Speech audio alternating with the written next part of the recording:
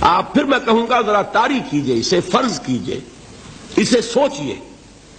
اگر اس حدیث پر ہمارا دل ٹھکا ہوا ہو تو کسی سے ڈر ہوگا؟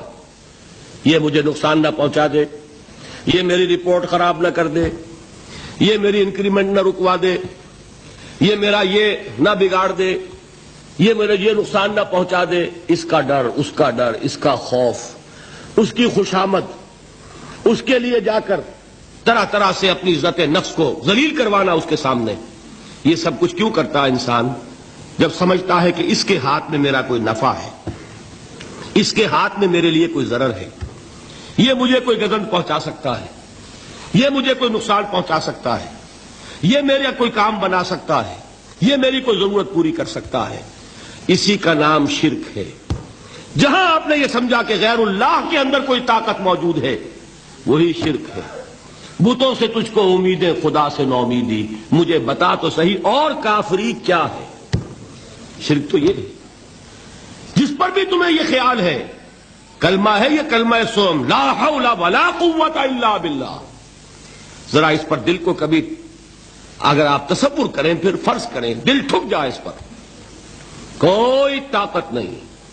یہی بات تھی جو شیخ عبد القادر جیلانی رحمۃ اللہ علیہ نے اپنی وصیت میں اپنے بچے سے کہی۔ 11ویں دینے والے ہیں، لیکن حضرت شیخ عبد القادر جیلانی کی وصیت اور تعلیمات کو کتنے لوگ ہیں جو جانتے ہو؟ یہ جن مقامات تک پہنچے ہیں وہ کس چیز کی بدولت پہنچے ہیں؟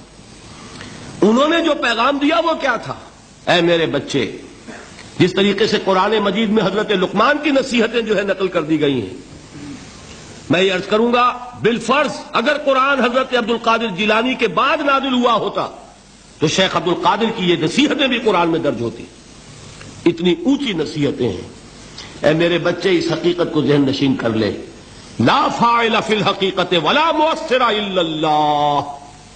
اس کائنات میں نہ کوئی فاعل حقیقی ہے نہ مؤثر حقیقی ہے سوائے اللہ کے۔ کسی شے میں کوئی تاثیر نہیں اگر اللہ نہ چاہے۔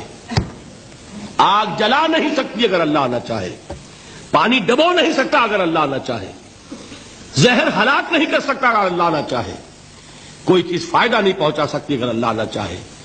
تو در در پہ کیوں سر جھکاتے ہو؟ در در پر کیوں جبیں سائی کرتے ہو؟ سب کے سامنے کیوں ہاتھ پھیلاتے ہو؟ ایک اللہ سے مانگو، ایک اللہ کے سامنے زمین پر اپنی جبین رکھو۔ لا فاعل فی الحقیقت ولا مؤثر الا اللہ۔ نظر آتا ہے ہمیں کہ پانی پیاس بجھا دیتا ہے، پیاس بجھانے کی صلاحیت پانی میں نہیں ہے، اللہ کے اذن سے۔ کھانا بھوک مٹا دیتا ہے، بھوک مٹانے کی صلاحیت کھانے میں نہیں ہے، اذن رب میں ہے۔ دیکھیے یہی یقین تھا۔ حضرت موسیٰ علیہ السلام کا واقعہ یاد کیجئے۔ سامنے سمندر آ گیا ہے، قوم دیکھتی ہے پیچھے کہ گرد و غبار کا طوفان ہے۔ معلوم ہوا کہ فرعون اپنے لشکر سمیت آ گیا ہے۔ لشکر جب چلتا تھا تیز رفتاری کے ساتھ تو گرد و غبار کا جو طوفان اٹھتا تھا اس کا تصور کیجیے، اور لمحہ بلمحہ وہ قریب آ رہا ہے۔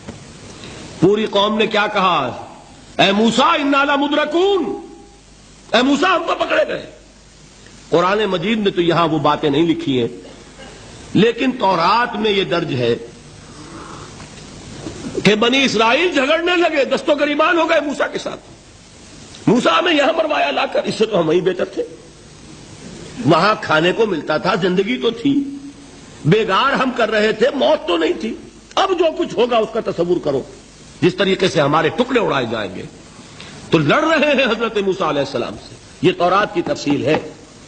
قرآن میں صرف اتنا آیا ہے، پریشان ہو کر انہوں نے کہا انا لمدرکون، موسیٰ ہم تو پکڑے گئے۔ اس وقت موسیٰ کا جواب کیا ہے؟ کلا ان معی ربی سیہدین، نہیں، میرے ساتھ میرا رب ہے، وہ راستہ دے گا۔ بتائیے کہاں راستہ نظر آ رہا ہے؟ یہ ہے ایمان بالغیب۔ راستہ نظر نہ آئے تب اللہ پر یقین ایمان ہے۔ جیب میں پیسے ہوں اور تب دل کو اطمینان ہے تو ایمان کس پر ہوا؟ پیسے پر، اللہ پر نہیں۔ جب وسائل و ذرائع نہ ہو اور پھر یقین ہو کہ اللہ مسبب الاسباب ہے، وہ اسباب کا پابند نہیں ہے، وہ اسباب کا محتاج نہیں ہے، اسباب اس کے محتاج ہیں، اگر یہ یقین ہے تو اللہ پر ایمان ہے، یہ نہیں ہے تو تمہارا ایمان اسباب پر ہے، وسائل پر ہے، ذرائع پر ہے، مادیات پر ہے، اللہ پر نہیں۔ اس وقت کہاں راستہ تھا؟ کوئی راستہ تھا؟ سمندر ہے اور ادھر سے لشکر آ گیا ہے۔ کلا ان معی ربی سیہدین۔